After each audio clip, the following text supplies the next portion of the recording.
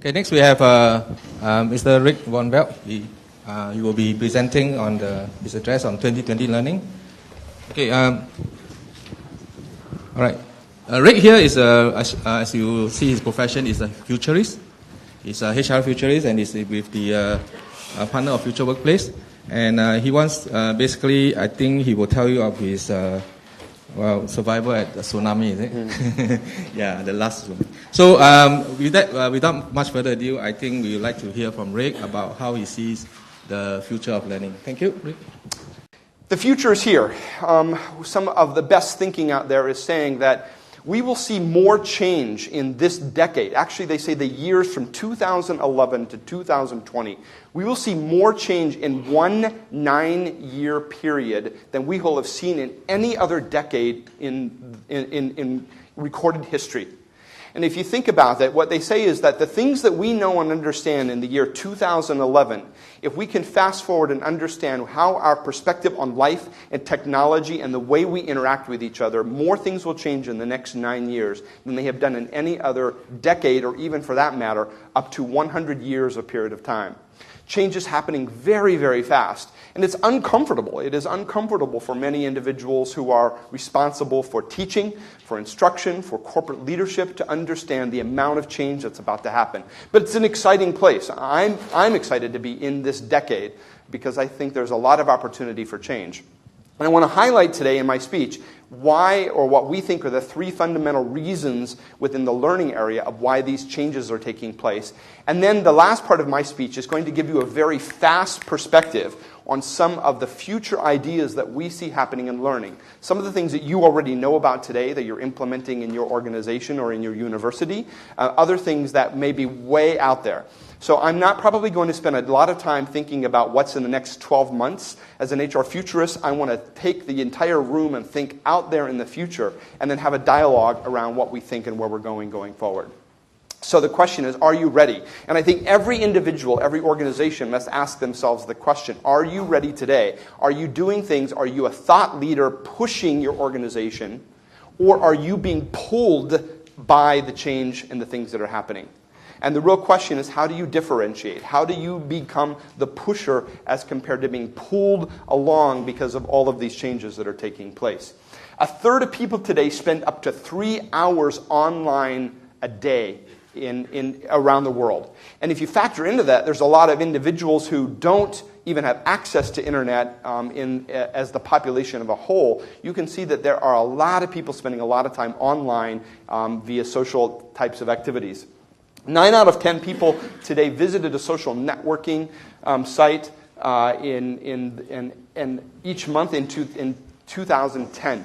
Social networking sites become very, very popular.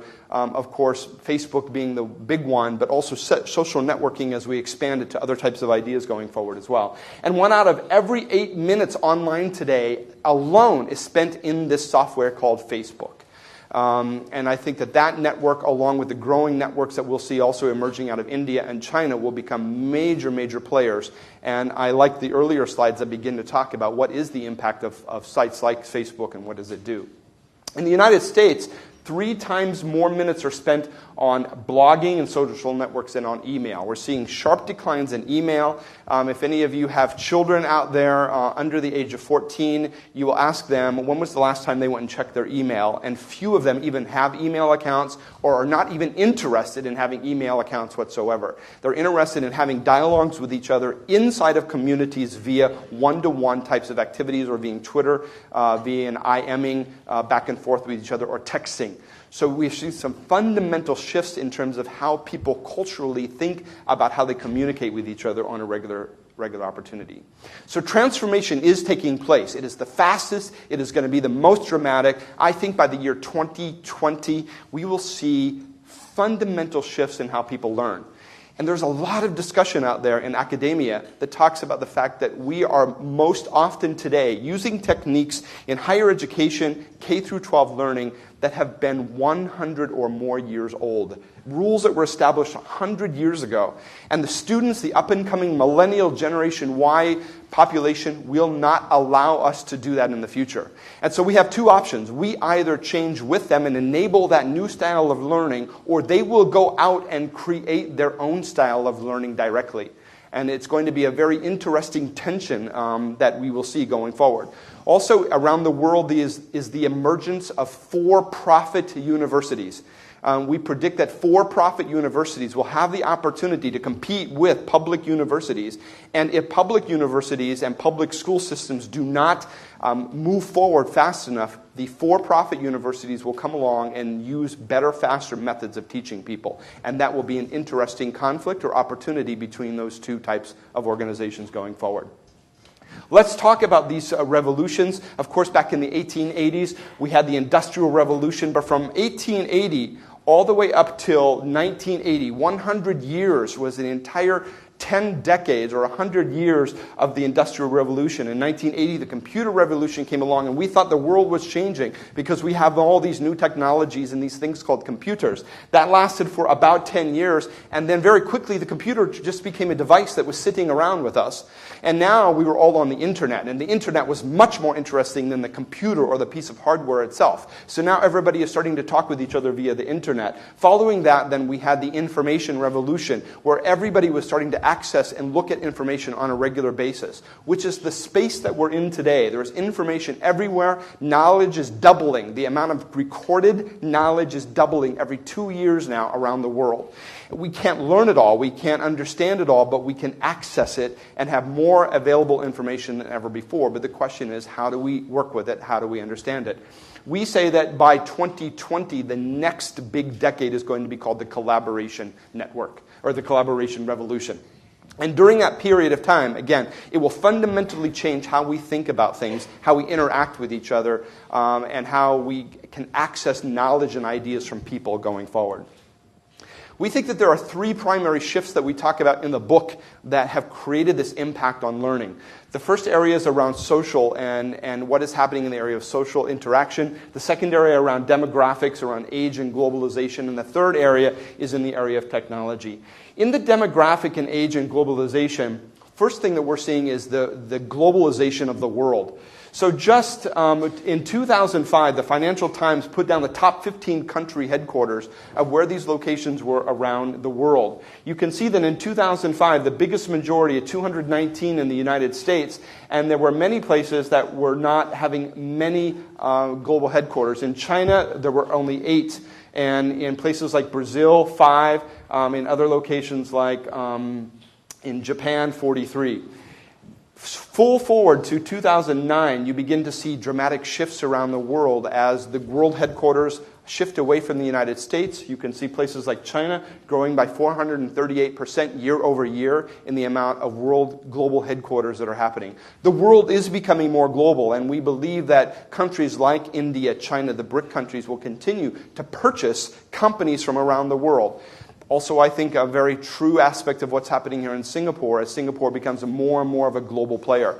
And we're starting to see countries begin to purchase. For example, big purchases out of China right now, who has set their eyes on the area of New Zealand and South America, as well as for Africa, for acquisitions of companies and organizations. So what's going to happen is that companies will be multinational, but not this old idea of US-based multinational, but truly multinational. We'll have learners and people learning in different ways from all around the world. And I think the same thing continues to happen in the area of university.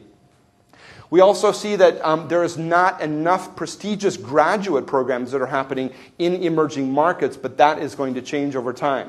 So today you can begin to see that as a percentage of population, the amount of population shifts. Schools in India as compared to the rest of the U.S., you can barely see, but Russia, Brazil, U.S., India, and China.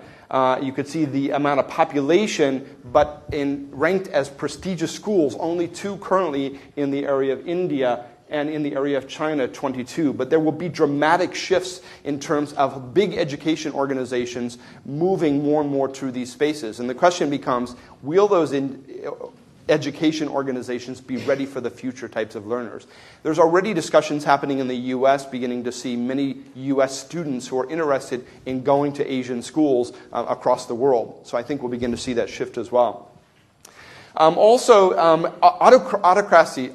Autocracies around the world, or autocracies around the world, are also changing very quickly. We've seen the very example of what Twitter is able to do in impacting social demonstration. Young people rising up and saying, this is what we want and this is what we will not settle for going forward. And it's not only happening in the area of politics, but it's also happening in the area of education, of companies, of what people are asking for around the world. I think we'll continue to see this as the younger population has both enabled by social media, but they're also enabled by their thoughts and their thinking about having equal say about what they want to see around the world. The other thing I think we cannot ignore is the demographics of what's happening around the world.